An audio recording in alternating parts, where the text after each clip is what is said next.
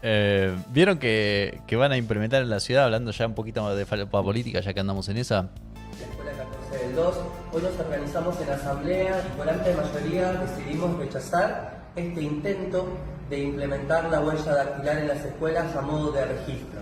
Lo entendemos como un ataque del gobierno de la ciudad, un ataque persecutorio, un ataque que atenta contra nuestros derechos laborales.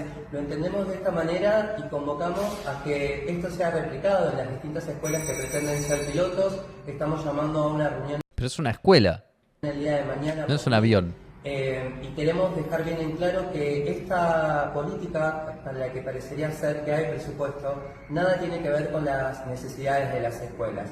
Por eso no solo nos vamos a movilizar hoy, sino que llamamos a seguir organizándonos para rechazar este nuevo ataque a todos nuestros derechos conquistados. ¿Cuál es la onda? No entiendo. ¿Por qué les molestaría eso? Es muy difícil no pensar mal y decir, o sea, no querés que te pongan un registro de las huellas dactilares porque querés faltar o cómo es la onda, no entiendo. ¿Qué onda, boludo? Pero no entiendo. ¿Alguien sabe cuál es la explicación? Fui incluso a la UTE, no sé de qué va el acrónimo, no me acuerdo, pero bueno, cuestión que es una organización, ¿no? de talante sindical que dice implementación piloto de máquinas de control con huella digital de asistencia en las escuelas de la ciudad. Unión de trabajadores extraviados. Unión de travestis esclavistas. El gobierno de la ciudad decidió implementar un nuevo sistema de control de asistencia en 30 escuelas de inicial primaria y primaria adults. Que en una escuela estén hablando así, boludo. El mismo implica la instalación y uso de dispositivos de registro a través de la huella digital. Desde nuestra organización nos encontramos atentos a la espera de detalles y especificidades. La concha de su hermana, boludo. ¿Qué me están diciendo? No me tiren mensaje que me distraen. Desde nuestra organización nos encontramos atentos a la espera de detalles y especificidades de esta novedad para garantizar que no vulnere ningún derecho ningún derecho adquirido del de la educación. Al inicio del primer mandato de Mauricio Macri en la ciudad, el ex jefe de gobierno mandó auditar infructuosamente todo el empleo público desde el prejuicio acerca del no cumplimiento del de sus tareas. Un gasto desmedido para concluir que el trabajamos mucho más de lo que nos corresponde. Ahora este nuevo mecanismo de control se enmarca en esa misma presunción errónea. Instamos al GCBA, gobierno de cogidos bonaerenses, que arbitre los medios y recursos necesarios para que esta medida no impacte en mayor sobrecarga laboral de los equipos directivos y exigimos que con carácter de urgente convoque a una mesa de condiciones laborales para tratar el tema del presentismo docente, inversión educativa, infraestructura escolar y creación de cargos en primaria e inicial. Che, lo de presentismo me parece que no es necesario hablarlo de presentismo docente, ya está resuelto. Le pusieron un lector de huella dactilar, muchacho. Solucionado, gracias. Si trabajan más de lo que dicen, este sistema debería registrar eso les daría la razón en todo caso. Y es la pregunta, ¿no? Que es raro, siempre es lo mismo que con las auditorías.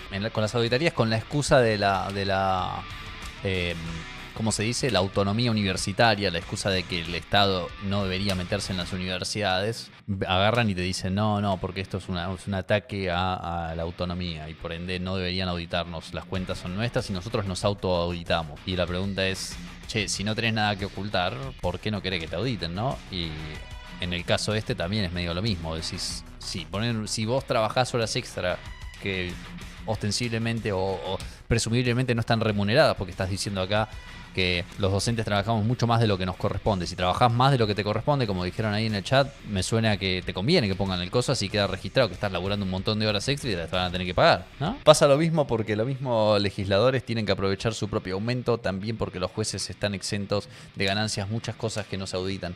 Y porque si una injusticia se mantiene en el tiempo, alguien está beneficiando, ¿no? Me resulta bastante raro. Igual yo tengo una respuesta un poquito más radical a esto. Como personas de sistemas creo que todos deberíamos acá estar viendo cuál es el problema. Yo no voy a la escuela. Ese es el problema. Yo no voy a la escuela, ni tengo hijos que vayan a la escuela, por lo cual me debería chupar un huevo y la mitad del otro qué mierda hacen en las escuelas y si los docentes faltan mucho en la escuela, ¿no? Entonces, resulta bastante peculiar, como en términos de diseño de sistemas, que una gente que no está para nada involucrado en ese producto o servicio, de alguna forma tenga que tener entre sus incumbencias, ¿sí? Que tenga una dependencia en algo sobre lo cual no corta ni pincha. O sea, yo como persona que no tiene hijos que van a la escuela, que no tiene hermanos que están en la escuela, que no va a la escuela, y que en todo caso estoy yendo a la universidad con una universidad de otro país, así que tampoco me aplica ni siquiera en el contexto universitario, da que pensar por qué carajo a mí debería importarme. Y bueno, debería importarme porque hay un acoplamiento artificial entre yo y las personas que están metidas en la cuestión estudiantil, por ejemplo los docentes, porque se les está pagando de mi bolsillo mediante impuestos, ¿no? Entonces, el problema de fondo para mí ahí es más bien, ¿por qué carajo, ¿sí? Tenemos que acoplar cosas que no necesitan ser acopladas? ¿Por qué carajo la administración de la educación, en todo caso si querés justificar la educación pública, financiada públicamente porque es una externalidad positiva, eso no es justificación para la administración de la educación mediante el Estado? ¿Me explico? O sea, estoy esencialmente diciendo por qué carajo nos importa a nosotros si no somos personas que estudian o que adquieren ese servicio, ese producto o servicio. Nos importa simplemente porque el Estado artificialmente está acoplándonos nuestros intereses con los intereses de las personas que están en esa transacción. Eso se puede entender como internalizar la externalidad de la educación, porque es una externalidad positiva, se considera una externalidad positiva de la educación porque hay beneficios de tener una población más educada o alfabetizada, por ejemplo, que no tienen que ver tanto no tienen necesariamente que ver con el beneficio que saca la persona que se educa, sino que beneficia al resto de la sociedad, que la sociedad esté más educada. Todo es, en cierta forma, una externalidad, ¿no? Es una línea, es un gris ahí. Pero al hacer esa internalización de la externalidad, estamos metiendo ahí de forma escondida la administración de la educación, que no está implicada en la internalización de esa externalidad. Estoy pensando en voz alta, así que si no se entiende bien lo que estoy diciendo, no se preocupen, estoy tratando de ordenar mis pensamientos. Lo que estoy queriendo decir es, si los docentes faltan o no faltan, la verdad es que a nosotros nos debería chupar un huevo, si es que a los docentes no les estuviéramos pagando nosotros. O en todo caso, estaría bueno que no financiemos la oferta de educación y que más bien financiemos la demanda, de modo que las personas puedan ir y pagar con su dinero o con el dinero que provea el Estado, si es que consideramos que hay que internalizar esa externalidad, con sus vouchers, como decían, citando a Friedman Milei en campaña, que vayan y le paguen a las escuelas que logren regular que sus docentes no falten. Es medio falopa. O sea, el punto de lo que estoy diciendo básicamente es, me tienta esta clase de situación a cuestionar que estemos gestionando públicamente la educación. No sé qué opinan ustedes. Para mí siempre es problemático que la educación esté gestionada públicamente. Que esté financiada públicamente, insisto, la podés justificar. Esos casos los podés a veces justificar económicamente. ¿Sí? De una perspectiva liberal incluso podés justificar esa clase de situación como financiar públicamente la educación, porque se considera, de vuelta como decía antes, una externalidad. Las externalidades son cosas que suceden en una transacción que son externas a los agentes involucrados, ¿no? Entonces yo voy y siempre uso este ejemplo. Yo voy y pongo una fábrica de zapatos a la vera de un río, produzco el zapato y al producir los zapatos, ¿no? Contamino el río. El río ese, la contaminación del río ese yo no la pago, ¿no? Como yo no pago esa contaminación, eso es una externalidad negativa de mi operación. Cuando yo le pongo un precio a ese zapato, ¿sí? El precio de ese zapato va a tener como piso mis costos, claramente. No va a incluir el costo de la contaminación del río. ¿Por qué? Porque yo no lo estoy pagando y por ende no se lo voy a transferir al consumidor. Y entonces el consumidor y yo estamos entrando en una transacción. Yo produzco el zapato, el consumidor me compra los zapatos y hay algo que está sucediendo ahí, ¿sí? Hay un tercero que está entrando en esa transacción involuntariamente, que es el que está pagando la externalidad de la contaminación. Es decir, las personas que vivan a la vera de ese río van a tener que tomar agua contaminada o lo que sea, y no se les va a recompensar, no se les va a pagar por ese costo, por ese perjuicio. Entonces, eso es una externalidad. Es una externalidad, un ejemplo de una externalidad negativa, ¿no? Lo que se suele hacer en esa clase de situaciones, sin ir al modo socialista y hacer las cosas a lo bruto, hay formas dentro del mercado para internalizar esa clase de externalidades. Por ejemplo, ponerle un costo a la contaminación, ¿no? Que es el fundamento teórico, hasta donde sé, de todo lo que es carbon tax, tiene que ver con eso, Nosotros generamos un impuesto para contaminar y eso se somete a las reglas del mercado. Ese impuesto tiene que ser tradeable. ¿Por qué tiene que ser tradeable? Porque si es tradeable, los que van a acceder a esa cuota de contaminación, ¿sí?, van a ser aquellos que necesiten o para los cuales sea crucial en su proceso productivo contaminar. Y los que no necesiten contaminar pueden tal vez acumular, como hace algunas empresas que acumulan crédito de contaminación, digamos, y se lo venden a otras empresas que necesitan contaminar como parte de su proceso productivo. Es un ejemplo de una externalidad negativa, el famoso crédito de carbono. Un ejemplo de una externalidad positiva que se suele dar en los manuales generalmente es el de la educación. A mí siempre me pareció medio shady, medio raro el argumento de decir que la educación es una externalidad, porque te suelen decir cosas como, porque tener una población más educada hace que las personas más educadas suelen tomar mejores decisiones, suelen participar de forma más concienzuda del proceso electoral y cosas, como hay como un aire de elitismo en todo eso. Pero suponete que por lo menos para la alfabetización sí podemos decir que generalmente es una externalidad positiva. ¿Y a qué me refiero con que es una externalidad positiva? Una persona se alfabetiza, va a la escuela, aprende a leer y escribir y obtiene cierto beneficio, ¿no? Hace una inversión de su tiempo para aprender, para adquirir esas habilidades y luego, al tener esas habilidades, beneficia a los demás. Y los beneficia, ¿sí?, la utilidad neta que se deriva de esa inversión que hizo esa persona, ¿sí?, que es una transacción entre esa persona y la persona que lo educa, ¿no? Esa persona ahora está alfabetizada y al estar alfabetizada se va a beneficiar porque va a poder tal vez acceder a mejores puestos de trabajo, lo que sea, y al mismo tiempo, esta es la teoría detrás de por qué se debería financiar tal vez la educación, al mismo tiempo, al ser una persona alfabetizada, va a participar de la sociedad en una forma en la cual beneficia más al resto de sus pares, ¿no? Y un poco la idea es, como esa persona está beneficiando al resto, además de beneficiarse a sí mismo, ese beneficio adicional que reciben los demás es una externalidad positiva. Como esa persona no tiene internalizada la externalidad, va a tender a educarse menos. O sea, va a tener menor incentivo para educarse porque no va a percibir el 100% del beneficio. Una parte del beneficio de que haya una persona educada se lo va a llevar el conjunto de la sociedad en forma de externalidad, ¿no? Entonces la idea un poco o por lo menos la forma en la cual yo justificaría financiar públicamente, financiar desde el Estado la educación, es justamente esa. Es decir, bueno, como los agentes no perciben el 100%, no perciben la gran mayoría del beneficio que obtienen o el beneficio que se obtiene socialmente de que estén educados, van a tender a educarse menos de lo que deberían para lograr un resultado óptimo. Entonces, para internalizar esa externalidad podemos hacer financiamiento estatal, o sea, como sociedad podemos extraer un poco de dinero de toda la actividad económica y decir, vamos a derivarlo a la educación para que los agentes tengan mayor incentivo para educarse, ¿no? Y por eso tenés escuelas públicas, ¿sí? En lugar de tener que pagar para educarte, vas a tener escuelas públicas, lo cual significa que vas a hacer, como es más barato, vas a tener mayor propensión a hacerlo. Esa es la idea. Pero mi punto, ¿sí?, ahora que ya lo expliqué a todo esto, para que entiendan, porque pienso en voz alta y no sé que no se entiende una pija, y ahora tal vez no se entiende una pija tampoco, pero por lo menos hice el esfuerzo ahora. Ese argumento, para mí, tiene sentido para financiar públicamente parte de la educación. No estoy hablando de universitaria. Universitaria para mí ya es falopa. Por lo menos, y primaria y secundaria, podés justificarla de esa forma. Ya universitaria me parece otra cosa. Pero por lo menos primaria y secundaria podés financiarla públicamente con ese argumento. Pero no entiendo por qué, o no estoy de acuerdo con que digamos que el financiamiento, o sea, la internalización de esa externalidad justifique de alguna forma la gestión pública de la educación. Para mí, ese argumento económico solamente justifica que saquemos un poquito de guita de la economía y la pongamos en la educación para que los agentes tengan mayor incentivo para educarse y logremos un resultado más óptimo socialmente. Ahora, lo de que lo gestione el Estado, ya eso me parece falopa.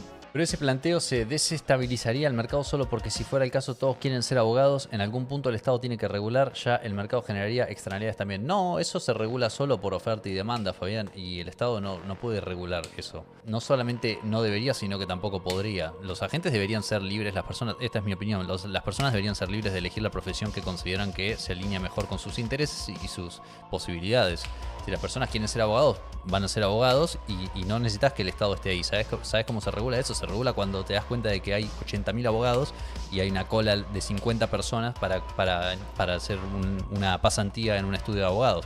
Y ahí la gente dice, no conviene ser abogado. Yo cuando era chico, mi vieja me decía, tenés que ser abogado o contador, porque mi vieja, la gente de la edad de mi vieja había estudiado, la gente que había estudiado abogado o contador, que tenía la edad de mi vieja, le había ido bastante bien. Pero en el contexto actual, como un montón de gente creció con esa idea que a los que estudiaron abogados y contadores les fue bien, de repente se empezó a saturar. Y eso es información que se va transmitiendo sola, no necesitas que el Estado intervenga. Y además el Estado simplemente son personas, acordate. No tiene más información que vos o yo. Pensá en, por ejemplo, el caso de Massa diciendo vamos a capacitar a tantos miles de programadores porque eso es el futuro. Eso es una instancia muy clara de un político agarrando y haciendo campaña, ¿sí? Llevando a los pibes a estudiar lo que a él le parece que tiene futuro o lo que a él le parece que es más rentable. Al hacer eso, tenés que pensar en el costo de oportunidad. Al agarrar y Massa o el político de turno y decir voy a hacer un programa para que las personas puedan aprender a programar barata porque la industria del conocimiento es el futuro y qué sé yo, la gente que iba a estudiar para abogado, por ejemplo, ¿qué abogado? El que tengo acá colgado, yo sé que estabas esperando ese chiste. La gente que iba a estudiar para abogado de repente tiene los intereses torcidos porque los incentivos se van a correr hacia estudiar programación porque ahora estudiar programación es gratis, o te pagan, o te becan, ¿no? Entonces eso se llama hacer dumping, ¿sí? El político está haciéndote dumping a tus opciones y te está llevando por un caminito específico. Te está diciendo, vení, estudiar programación, mirá, te doy todas las facilidades para que estudies programación. ¿Cuál es el problema con eso? Y el problema con eso es que vos primero que vas a tomar decisiones que no tomarías si tuvieras las opciones dadas naturalmente. Puede que estudies algo que no te interesa mucho, como pasó con todos los buscampers y paracaidistas que cayeron a la industria y resulta que los chabones no les interesaba realmente programar, querían cobrar un buen sueldo, ¿no? ¿Y qué pasó? Si vos los metiste a todos esos pibes y entraron como caballo, ahora que se dio vuelta al mercado, hay un montón de gente que dice la concha de mi hermana, invertí un montón de tiempo, esfuerzo y estudio en una industria que no me importa porque quería ganar un montón de guita y ahora me estoy cagando de hambre. Y el político obviamente no hace nada. No pierde nada en esa transacción, ¿me entendés? Por eso el político está severamente incentivado a seguir empujándote a hacer lo que sea que le convenga para hacer campaña, ¿no? Porque Massa se va y dice, sí, te entrenamos a tantos programadores. Y hasta el día de hoy seguramente sigue haciendo campaña con esa misma mierda.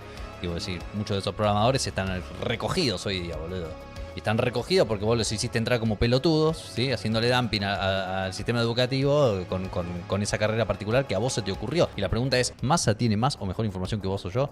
No, tiene tanta información tan imperfecta como vos y yo. Entonces, no glorifiques al político como si fuese el que la tiene re clara y te va a decir exactamente qué tenés que estudiar. El chabón lidia con la incertidumbre igual que vos, ¿sí? Y no tiene la información que vos tenés. No sabe tanto como vos sabés de tu situación. Y te aseguro que no está tan interesado en tu bienestar como vos. Entonces, creer que lo que te diga el político es de alguna forma una verdad revelada que te va a llevar por el buen camino es un poquito iluso para mí. Tiene más información. A ver qué sucedería con las escuelas de campo donde claramente los vouchers no alcanzarían para justificar su construcción, un argumento que escuché en una conversación.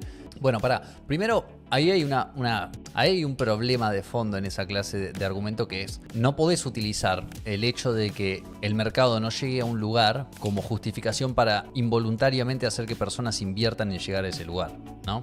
O sea, si yo te permito utilizar ese argumento, automáticamente te puedo llegar a decir, yo quiero vivir en el fondo del mar, como hicimos la analogía la otra vuelta, yo quiero vivir en el fondo del mar, pero el mercado no me financia mi estilo de vida en el fondo del mar. ¿Por qué? Porque es muy caro y necesito tanques de oxígeno y constantes y es totalmente improductivo e improcedente vivir ahí. Pero el mercado no llega, así que vamos a usar al Estado para subsidiar ese estilo de vida. No, lo cierto es que vos tenés que ir a donde esté el interés, donde estén las personas dispuestas a poner la guita para que vos estés. Es decir, no podés obligar a otras personas a invertir en que vos, en un lugar súper recóndito en el cual no hay rentabilidad. El hecho de que no haya rentabilidad significa que no hay nadie, significa que no es una excelente inversión, no es una inversión que vaya a justificarse en contra de todas las demás inversiones que están en la economía disponibles. Entonces, cuando vos decís, vamos a hacer que haya una escuela en un lugar en el cual hay solamente una persona, viven dos familias, está todo muy lindo, ¿sí? Pero tenés que ver las dos caras de la moneda. Por un lado estás diciendo, va a haber una escuela en este lugar al cual no llega nadie.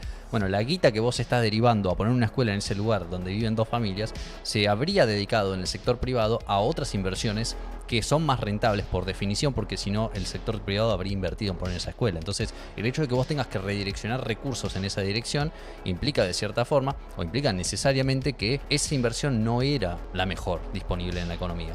¿sí? Y por ende, la utilización de los recursos va a ser más ineficiente de lo que habría sido si vos dejases que los agentes designasen los recursos voluntariamente. Y esas inversiones, esas otras inversiones, por ejemplo, no sé, poner un bar en Palermo, probablemente sea mucho más rentable que poner una escuela en el culo del mundo, ¿no? Pero poner un bar en Palermo es más rentable que poner una escuela en el culo del mundo precisamente porque hay más consumidores que están dispuestos a consumir ese producto o servicio en un bar en Palermo. No es como que el capitalista es malo por hacer eso. El capitalista simplemente está subyugado a lo que la sociedad, los consumidores, le dicen que consideran más valioso. Entiendo el argumento de hay personas que están en el culo del mundo y no dirigieron nacer ahí. Hay personas que también que nacen y tienen parálisis cerebral. No por eso vamos a dedicar todos los recursos de la economía a tratar de redireccionar todos los recursos de la economía a hacer que la experiencia de la vida de tal o cual persona en particular que a vos se te ocurre que merece más que el resto, mejore, ¿no? O sea, no podés curar una injusticia con otra injusticia. Si vos ves una injusticia, o sea, si vos ves una situación que te parece que no es feliz para alguien, ¿sí? No se justifica que vayas y le transfieras esa injusticia a alguien más. ¿Qué es lo que estás haciendo cuando vos me decís, mira, hay personas que tienen tal problema, vamos a arreglárselos con la ayuda del Estado? Bueno, arreglárselos con la ayuda del Estado implica que vas a sacarle a alguien más recursos y se los vas a designar a esa otra persona. Entonces hay un problema ahí que es de principios, que es el hecho de que vos éticamente estás simplemente moviendo una injusticia de un lugar a otro de la sociedad. Y hay un problema de implementación, que no es de principios, no es de diseño, sino de implementación, que es cuando vos hagas eso, generalmente la persona que hace eso es un político que está más bien interesado en ganar una elección. Entonces no es Robin Hood el que está haciendo eso, generalmente es un hijo de puta tratando de ganar una elección. Lo que está persiguiendo a la persona que hace eso, generalmente es una persona que está tratando de maximizar el interés político que derive de esa acción, no el bienestar de esa persona que vos crees que está tratando de ayudar. Y la contrapartida, siempre tenés que pensar, es que ese dinero que se redirecciona de un lugar a otro, primero se va a utilizar, se va a invertir en algo que es más ineficiente. O sea, el recurso se va a utilizar de forma más ineficiente porque si no ya se habría invertido ahí por voluntariamente. El hecho de que vos tengas que obligar a alguien a ir para la izquierda y no para la derecha significa que las personas iban a ir para la derecha porque había algo más interesante en la derecha que en la izquierda.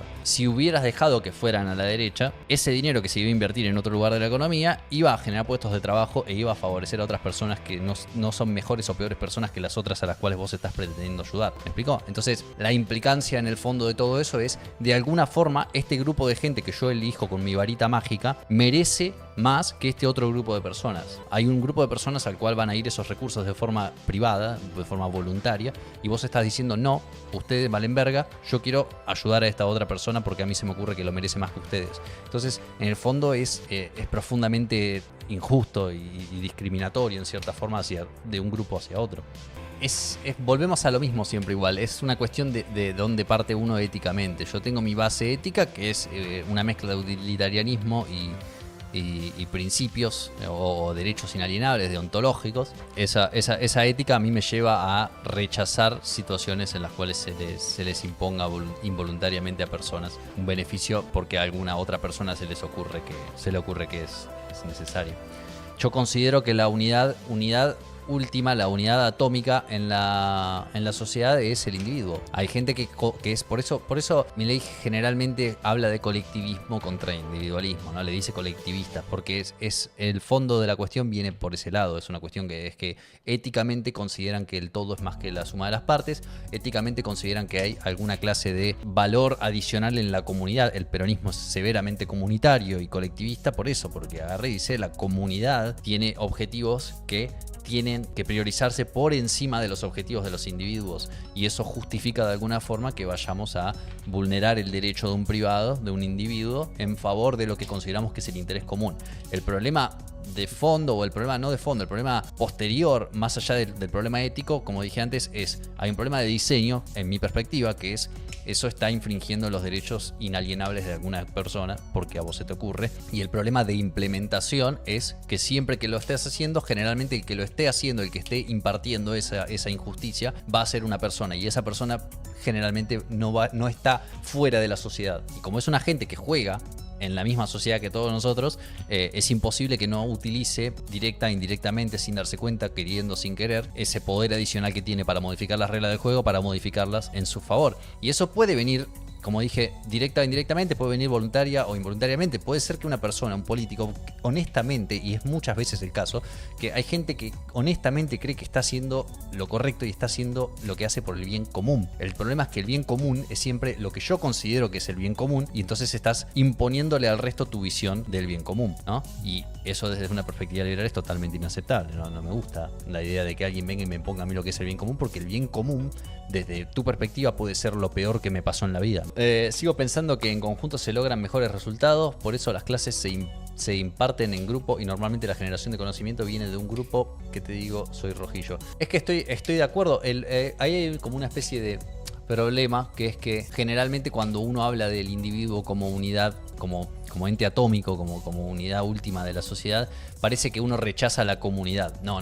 Uno rechaza la comunidad, uno prioriza al individuo, ¿sí? Pero abraza la comunidad voluntaria. Te doy un ejemplo con lo educativo que estábamos hablando hace un momento. Si vos tenés a todas las personas yendo, si los dos vamos a una escuela en la cual el plan de estudio se determina democráticamente, ¿no? Se determina democráticamente por la fuerza, digamos. Democráticamente por la fuerza es medio contradictorio. Quiero decir, democráticamente se decide, vamos a imponer este plan de estudio, ¿no? Entonces se enseña tal o cual cosa. Automáticamente está generando cierta desintegración en la comunidad. Eso para mí va en contra de la comunidad. ¿Por qué? Porque hay una mayoría, el 51%, que va a tener lo que quiere en el plan de estudio, y ahí va a haber un 49% que va a estar total o parcialmente descontenta, ¿sí? Si vos, en cambio, dislocás eso y permitís que los agentes adquieran como un producto o servicio, que como cualquier otro, la educación, que a ellos les parezca mejor, creo que eso va a hacer que haya menos desintegración social y más comunidad. ¿Por qué? Porque a mí no me incumbe realmente qué vas a estudiar vos en la escuela.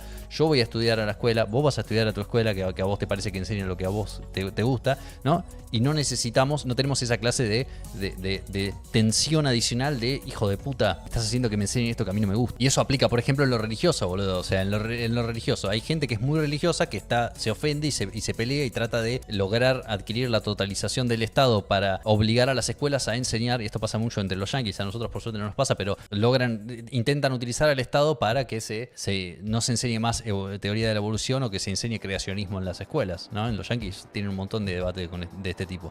Y vos decís, si cada uno pudiera elegir lo que mierda quiere que le enseñen en la escuela a sus hijos, no tendríamos esta clase de discusión y podríamos dedicar nuestro tiempo a otra clase de cosas. Y tal vez podríamos coincidir en las cosas en las cuales estamos de acuerdo de forma más feliz, y podríamos ser más comunitarios en cosas en las cuales voluntariamente entramos en comunidad. O sea, yo estoy totalmente a favor y me encanta la comunidad, me encanta la solidaridad, me encanta que lo que hablábamos antes del ejemplo de la escuela, de personas desfavorecidas. Me parece fenómeno que tengan la empatía y el sentimiento de decir, estaría bueno que ayudemos a las personas que menos tienen, a las personas que están peor. Eso es excelente y estoy siempre a favor, pero de lo que no estoy a favor es de imponerle lo que vos considerás que es más justo a otras personas. O sea, creo que antes de decir, hay una persona que la está pasando mal, vamos a obligar a mi vecino a pagarle las cuentas a esa persona, creo que te estás salteando un par de pasos. Creo que antes tenés que primero poner de tu bolsillo la ayuda. Porque si vos vas a ser puto con el culo ajeno, estamos hablando de otra cosa. Estamos hablando de que querés el crédito moral sin tener que pagar el costo material, ¿no? Querés el crédito moral de ser el que vota a favor de que le saquen con impuestos a otra persona para ayudar a los más desfavorecidos sin que a vos te toquen el bolsillo. Antes para mí, de tratar de ir a imponerle a un tercero, ¿sí?, que le pongan impuestos para que ayuden a una persona que vos te consideras que hay que ayudar, me imagino que saliste vos con tu guita, con tu bolsillo, y pusiste tu dinero donde está tu voz y contribuiste solidariamente del mismo modo que querés que contribuyan los demás, ¿no? Porque uno tiene que tratar de ser el cambio que quiere ver en el mundo. Si no, ya ahí estamos arrancando desde algo medio shady. Porque si vos tenés la heladera llena y te quejás de que hay gente que no tiene para comer, le tendrían que sacar de esos otros para darle a los que no tienen para comer, me da que pensar que estás tratando de ser puto con el culo ajeno. Y el segundo paso, todavía, si vos decís, ya está, doné y hago todo lo que está en mi poder para tratar de ayudar a los más desfavorecidos, pero yo no tengo suficiente dinero, me gustaría que otras personas que tienen más que yo también contribuyan a esta penuria. Bueno, antes de imponer con un fierro a la persona, a tu vecino que le ayude, fuiste a golpearle la puerta y a tratar de convencerlo, porque eso también, ¿sí?, está dentro del imperio de tu poder. Primero, trata de convencer voluntariamente a las otras personas de que ayuden. O sea, hace advocacy de lo que vos considerás que es lo mejor. Y voluntariamente trata de llegar al resultado que vos considerás mejor. Para mí, la última y más indeseable y difícil de justificar alternativa debería ser: vamos a obligar a alguien a ayudar a esta causa que yo considero justa. Cada uno tiene su visión de lo que son las causas justas. No me parece justo o productivo que cada uno tenga el poder de imponerle a los demás lo que considera que es la justicia y obligar a todos a jugar según las reglas que ellos definen.